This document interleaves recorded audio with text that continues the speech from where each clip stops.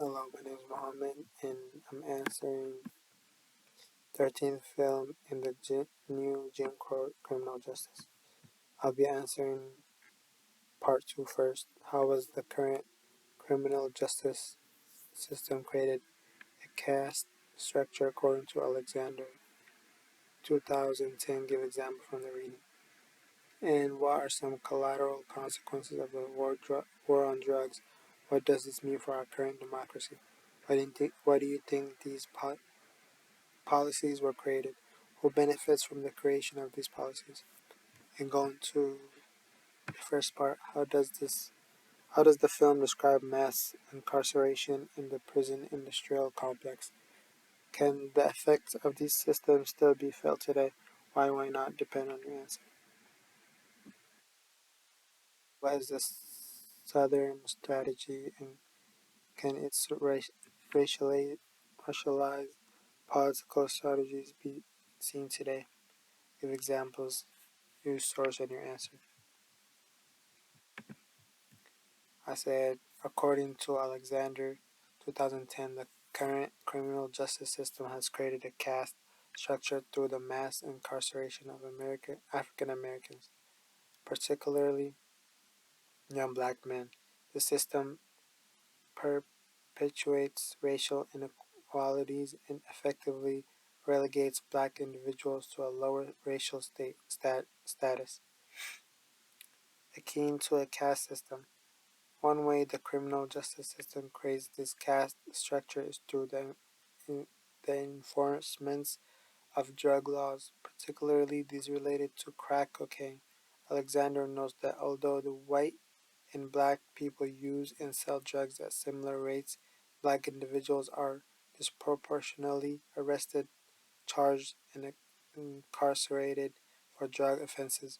For example, she highlights the stark disparity in the sentencing between crack cocaine, which is more commonly associated with black communities, and powder cocaine, which is more prevalently in white communities.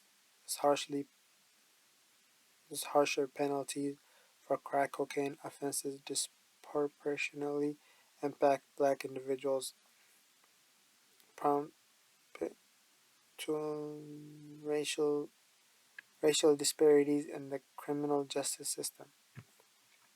Additionally, Alexander discusses the practice of racial profiling by law enforcement agencies, which disproportionately targets black individuals for suspicion and surveillance. This profiling often leads to unwarranted stops, searches, and arrests of black people, further perpetuating their overrepresentations in the criminal justice system. For instance, she mentions the widespread use of stop and frisk policies in cities like New York, where black and Latino individuals are disproportionately targeted by law enforcement, leading to their disproportionate involvement in the criminal justice system.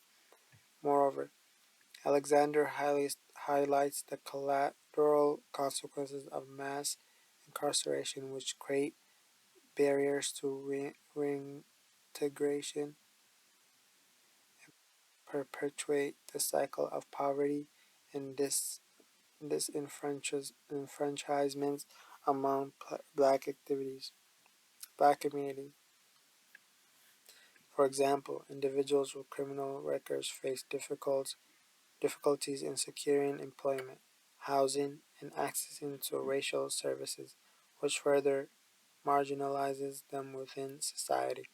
Overall, Alexander argues that the current criminal justice system functions as a mechanism of racial control that systemically oppresses and marginalizes black individuals, effectively creating a modern day caste system based on race.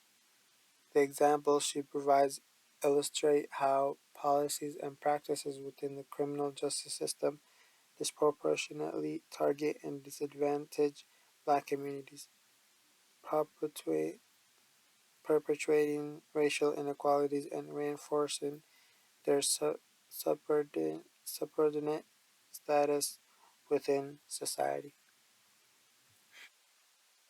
The collateral consequences of the war on drugs refer to the unintended and often detrimental impact of drug related policies and practices on individuals, families, on communities beyond the direct criminal justice system. These consequences have profound implications for our current democracy.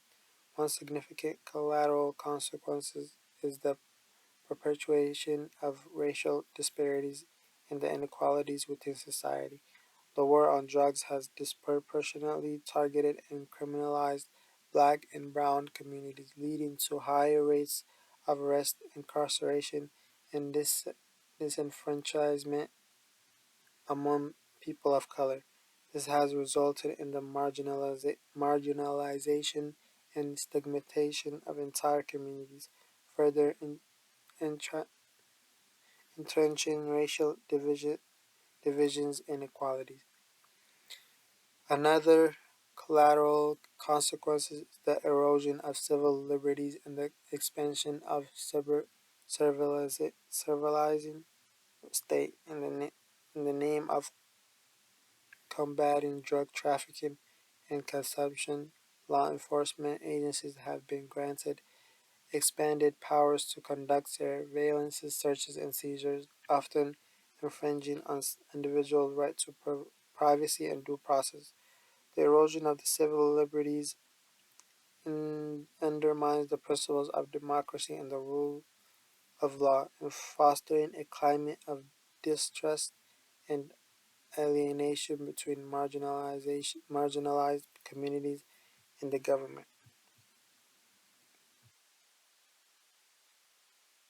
The film describes mass incarceration as the widespread and disproportional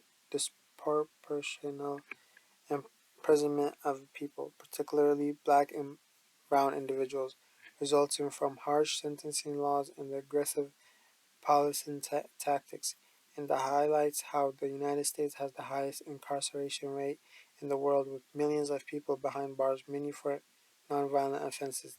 The prison industrial complex refers to the network of the government and the private interest that profit from the growth of the prison system.